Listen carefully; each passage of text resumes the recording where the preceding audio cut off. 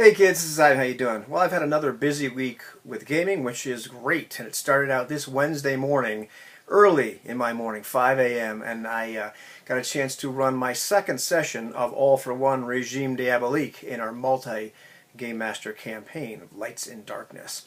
And it was a lot of fun. It was a very short session, which is cool.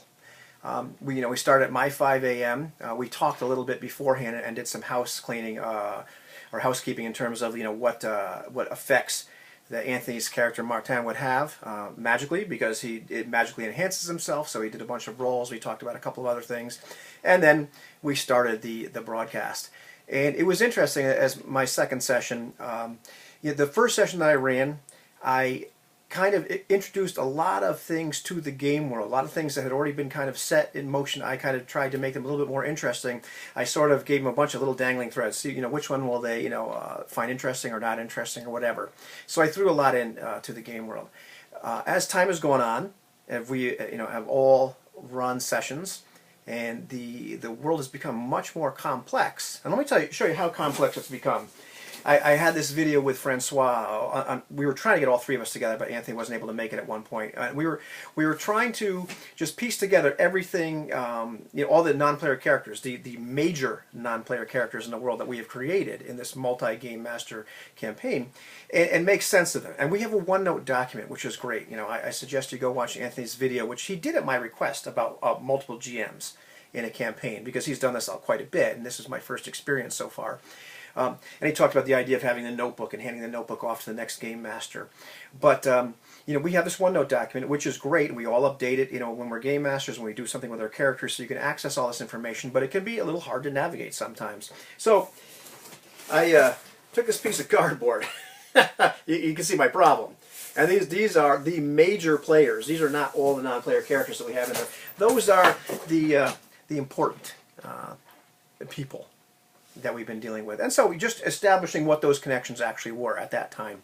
So what I tried to do in this particular session was bring some of those things that were scattered all over the place together, so the characters knew some stuff. Now here was the interesting thing about the session. I had a couple goals for it, and I think maybe my execution could have been better, and there were parts where it was a little uncomfortable and a little bit difficult to run, which I will get to. But the idea was, there's a lot of information that we as players know. We know what's going on with the world. We've kind of, made some mistakes in terms of stepping on each other's authority, because we have to hammer out. In All for One Regime Diabolique, there is no rule. It's not in the rules saying this is a multi-game master game. So we've been figuring out, well, how to hand off the baton. What information that I make up as a game master is mine. What is kind of community property? What is stuff that, like, I have some secrets. I'm holding my cards close to my chest. But if you're the game master and you want to do something with that non-player character, talk to me and we'll talk. I'll let you know what you need to know. That sort of thing. And we've had to hammer that out over time. So that's been a great learning experience. And we've made mistakes, and that's fine. That's part of what life is about, is making mistakes and learning. So I've got all this information. We have all this information as players. The characters don't know a lot of it. So how do you get them to find more stuff out? And just a little bit. They don't know everything that's going on in the world by far. But establishing some connections that were some were very obvious based on the OneNote document, what the game masters have put before, and some of them which were just kind of tacit, implied. So I tried to make them a little firmer. How to get that information to the characters. Players know it. How to get it to the characters. So the other thing that I decided I wanted to see more of was the lackeys in play, because I've enjoyed those lackeys immensely. And so I just had this idea. It was probably very soon after the session, last session that I think Francois ran, the last session with us. I said it would be great to start off a scene with the lackeys. So once again, I sent the players emails right before the game, and instead of having this really long, complex set of instructions that I did in my last emails, which I learned from that mistake, I simply sent them the stats of each other's lackeys. They've played each other's lackeys before, but the game starts out with them running for their life. Why? So they're playing their lackeys, each other's lackeys. They're not playing the main characters, if you will. And so I get to put these lackeys through a flashback in a place where they are overhearing a conversation between non-player characters, in a place that, like, the player characters never would have gotten themselves in this situation, would never have been privy to this sort of stuff, probably would have acted rashly in that situation. So I was able to, then the neat thing was, as Francois was playing Claude, the lackey of Martin, played by Anthony, Anthony was playing Eugene, the lackey of Briscourt, played by Francois. So they get to come back, and the lackeys get to tell their masters, via player-to-player interaction, what happened, and what did they see. And it was interesting to see what they chose to emphasize and de-emphasize, and what they got wrong, what they maybe got wrong purposely. That was really kind of neat. And I had hoped in the session to bring the lackeys in again. I'd want to get at least another scene out of the lackeys, but time did not permit to do that. Because we were dealing with really, at the end of the day, probably about an hour and a half, an hour and 40 minutes of actual play time. I forget exactly what. So that's something I would like to see some more. This did put me in the unenviable position of having to talk to myself. It was a little uncomfortable because I have to make these non-player characters talk to each other, which can always be just a bit of a drag. And the other thing is I had to place the players in the position where they're just going to listen to me blather for 3 or 4 or 5 minutes. I don't know exactly how long it was. And so I tried to make that as short as possible because I didn't want to have it be, I, the game master, shall now show you my beautiful creation. But it was, I needed to do some kind of info dump in front of these characters, so that's how I ended up doing it. So maybe the execution I think could have been a little bit better, but I'm happy with the effect that it had. Or they'd be able to bring the lackeys in, be able to just kind of establish some information in the game world. Now tie some loose ends up for us the players. So now I say, okay, here's my contribution to what the truth is. But also, the characters now have heard this, have heard a filtered version of it through their lackeys, and are now trying to make sense of these connections between players in the world. The other thing that I decided to do with this game was to just put things in front of the characters that I knew would prompt a reaction. I was pretty sure we were going to prompt a reaction. I was trying to take things that are already established in the world, that are part of the fiction, that the characters have become interested in, or the things that they've kind of run up against, and just float some things by them and see if they reacted to it or not, and see what they did. So a lot of the session I got to just sit back and watch. And Martin's character is very easy because a whole bunch of these, let's see, where we go, a whole bunch of these non-player characters, they relate to Martin's family. So really easy. He's an easy guy to get a hook for in a game.